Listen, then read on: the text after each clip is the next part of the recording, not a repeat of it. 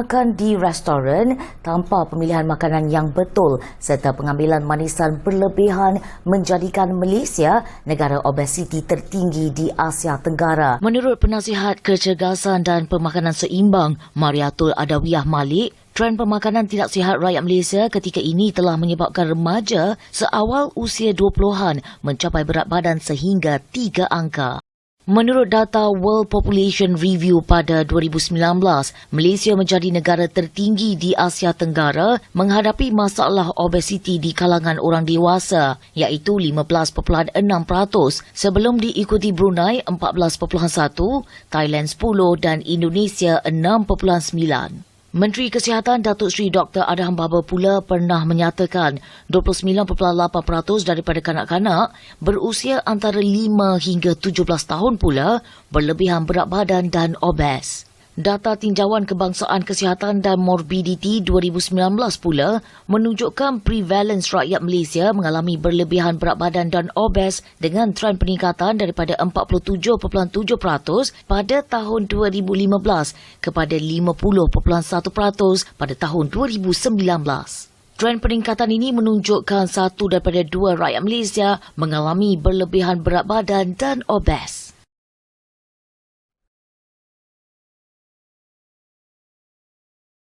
Obesiti atau kegemukan merupakan keadaan di mana seseorang itu mempunyai lemak berlebihan di dalam badan mereka. Hal ini berlaku kerana terdapat kumpulan lemak berlebihan yang menimbun dalam badan.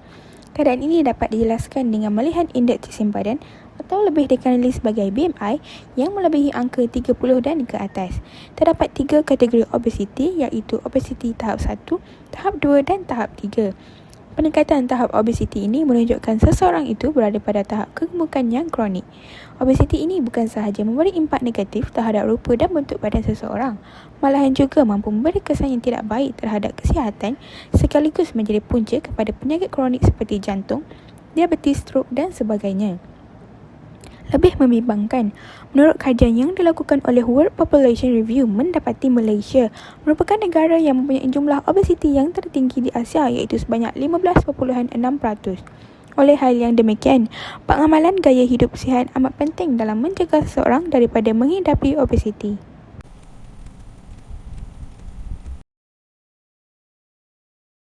Salah satu punca seseorang terlibat dengan obesiti ialah pengambilan makanan yang tidak berkhasiat. Makanan yang tidak berkhasiat ini terdiri daripada makanan yang tinggi kalori, tinggi gula, makanan segera dan makanan ringan. Pengambilan makanan ini secara berlebihan akan membuatkan seseorang itu mudah untuk naik berat badan dan lama-kelamaan akan terjebak dengan obesiti. Okay. Okay.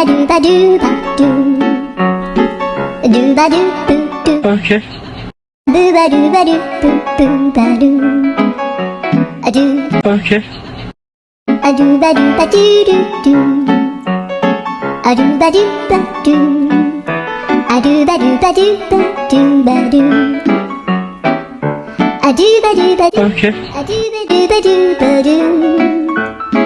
Okay. Okay. Okay.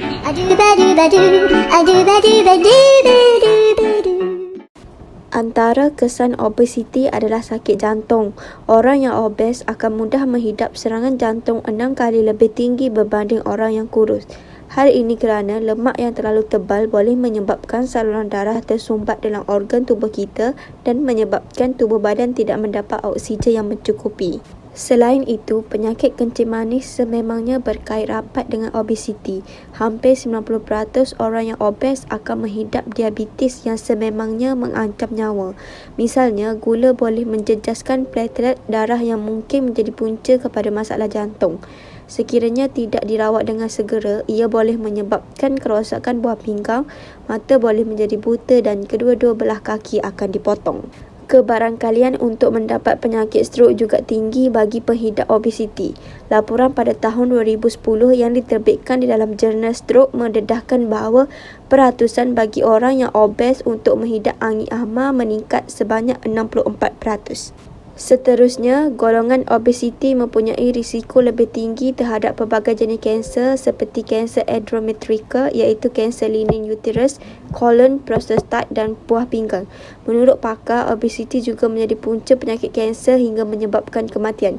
Kajian daripada American Cancer Society yang diterbitkan di dalam jurnal The New England Journal of Medicine mendapat 14% kes kematian pesakit kanser lelaki dan 20% kes kematian pesakit kanser wanita adalah disebabkan oleh obesiti. Obesiti juga mempengaruhi kesihatan mental individu terutamanya yang berkaitan dengan kemurungan. Ini kerana faktor keyakinan diri yang rendah dan stigma masyarakat terhadap orang gemuk juga boleh mencetuskan kemurungan. Terdapat beberapa aktiviti serta senaman yang boleh mengekalkan tubuh badan kepada berat badan ideal dan sihat.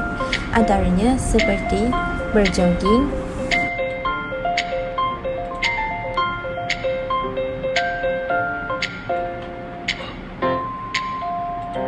bermain tali skipping,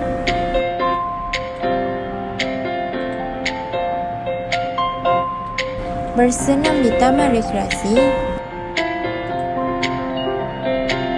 serta bermain badminton.